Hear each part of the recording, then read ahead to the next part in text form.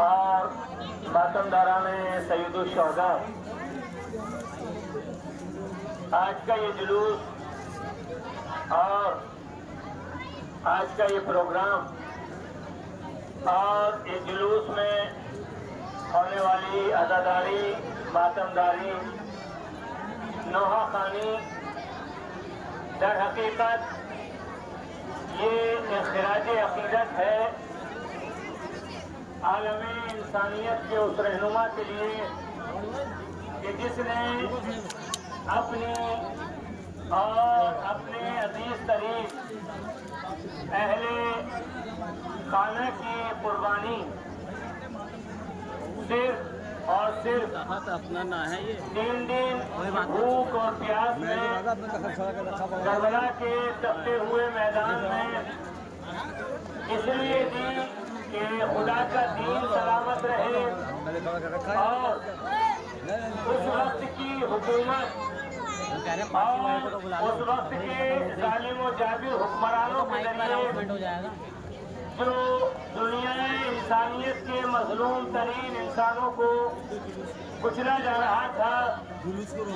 ناگہاں اور بے بنیاد ان کو قتل کیا جا رہا تھا اور حقوق انسانی کو قدم قدم حکمرانوں اور حکومت کے ذریعے سے پامال کیا جا رہا تھا۔ حسین علیہ السلام نے اس وقت کی ظالم ترین اور مظلوموں کی مخالف حکومت کے خلاف آواز احتجاج اور تحریک انقلاب صرف اس لیے شروع کی تھی کہ چاہے حسین اور ان کے اہل خانہ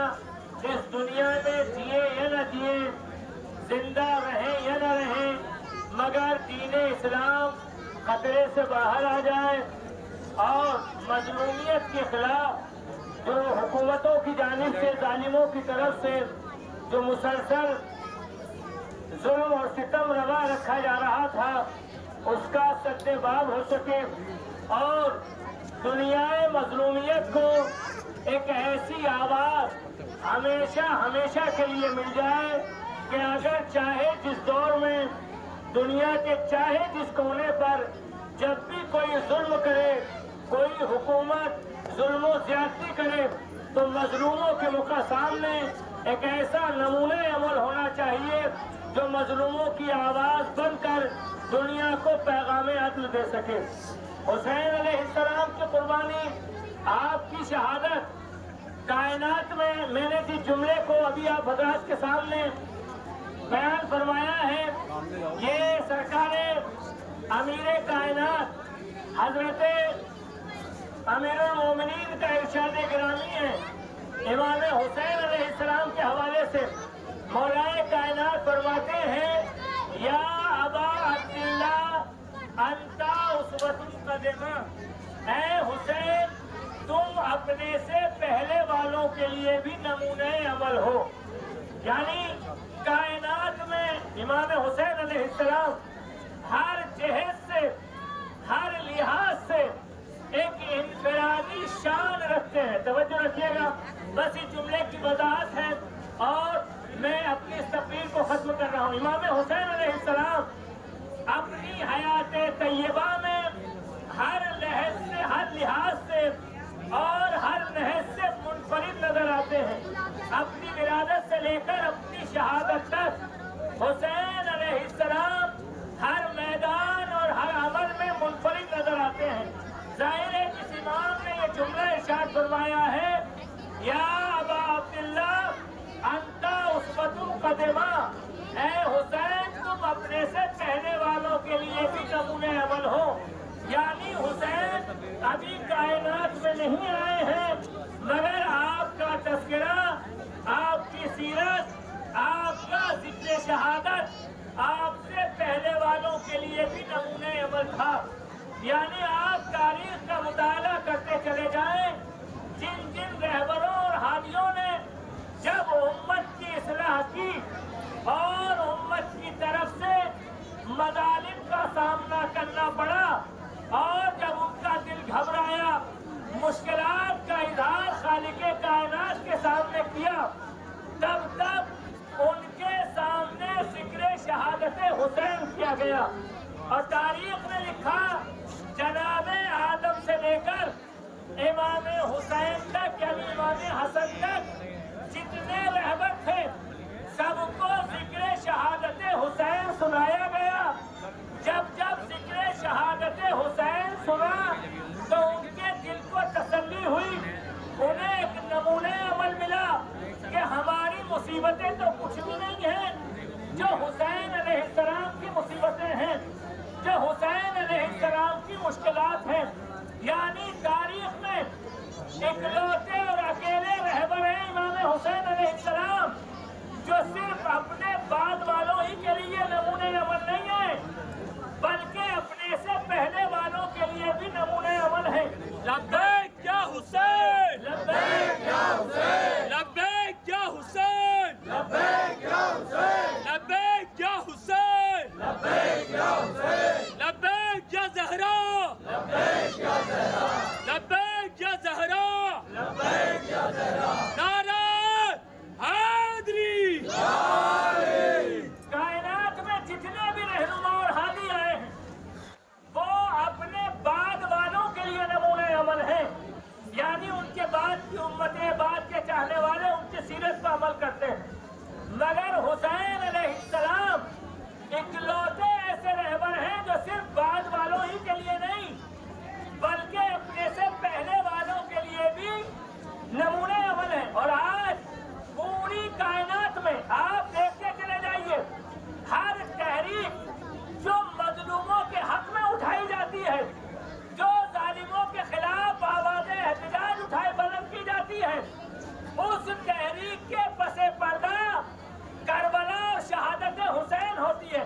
آپ دنیا کے کسی بھی انقلابی رہنما کی زندگی کا مطالعہ کر لیجیے، ہر رہنما نے کربلا کے بعد جو بھی انقلاب لے کر آیا، جو بھی مظلوموں کا مسیحا بن کر اٹھا، جس نے ظلم کے خلاف علم بلند کیا، اس کے پس پردہ، اس کے پس پردہ، اس کے پس پشت، اس کے پیش نظر اگر کسی کی تحریک، کسی کا جذبہ شہادت، کسی کی زندگی نمونہ عمل تھی تو وہ کوئی اور نہیں، وہ امام حسین ہے۔ آپ گاندھی جی نے کہا کہ میں ہندوستان میں انقلاب اس وجہ سے لے کر آیا، اگر میرے پیش نگاہ اگر حسین کی شہادت نہ ہوتی تو میں ہندوستان میں انقلاب نہیں لا سکتا تھا۔ نیلسن منڈیلا افریقہ کا بہت بڑا انقلابی اور مظلوموں کا بہت بڑا حامی، اس نے یہ جملہ کہا کہ میں اپنی تحریک میں تھک کے بیٹھ چکا تھا، اگر کربلا اور حسین نہ ہوتے تو میں آج کامیاب نہیں ہوتا۔ ابھی آپ تاریخ پڑھتے چلے جائیے ایک ایک مجاہد کی، اور آج آپ پوری دنیا میں دیکھتے چلے جائیے، اگر ظلم کے خلاف کہیں آواز بلند ہو رہی ہے، اگر ظلم کے خلاف کوئی آواز احتجاج اٹھا رہا ہے، اگر عصر حاضر کے یزید و ابن زیاد کے خلاف کوئی میدان میں ہے تو اس کا رشتہ کسی اور سے نہیں بلکہ کربلا اور حسین سے ہے۔ عصر حاضر میں دیکھتے چلے جائیے، آج جو بھی ظلم کے خلاف جہاں سے بھی آواز اٹھتی ہے وہاں اس کے پس پردہ حسین ہے، تو لہذا حسین ظلم کے خلاف ایک علامت ہے، حسین مظلوموں کی شان ہے، حسین کمزوروں کے رہنما ہیں، حسین پسماندہ کے رہنما ہیں، اور عزیزو حسین علیہ السلام نے مظلوم بن کر ظالموں کو شکست دی ہے۔ یہ حسین علیہ السلام کا قرآن یاد ہے، یعنی شہید ہو کر مظلومیت کے سر کو بلند کر کے گئے ہیں۔ آپ کربلا کے میدان میں دیکھیے، حسین علیہ السلام نے جتنے مظلومانہ انداز میں شہادت پیش فرمائی ہے، تاریخ میں نہ حسین سے پہلے ایسی شہادت ملتی ہے اور نہ حسین علیہ السلام کے بعد۔ عزیزان محترم یاد رکھیے، اگر کربلا کی تاریخ دنیا کے کسی بھی مذہب کے انسان کے سامنے پیش کی جائے بغیر کسی مذہب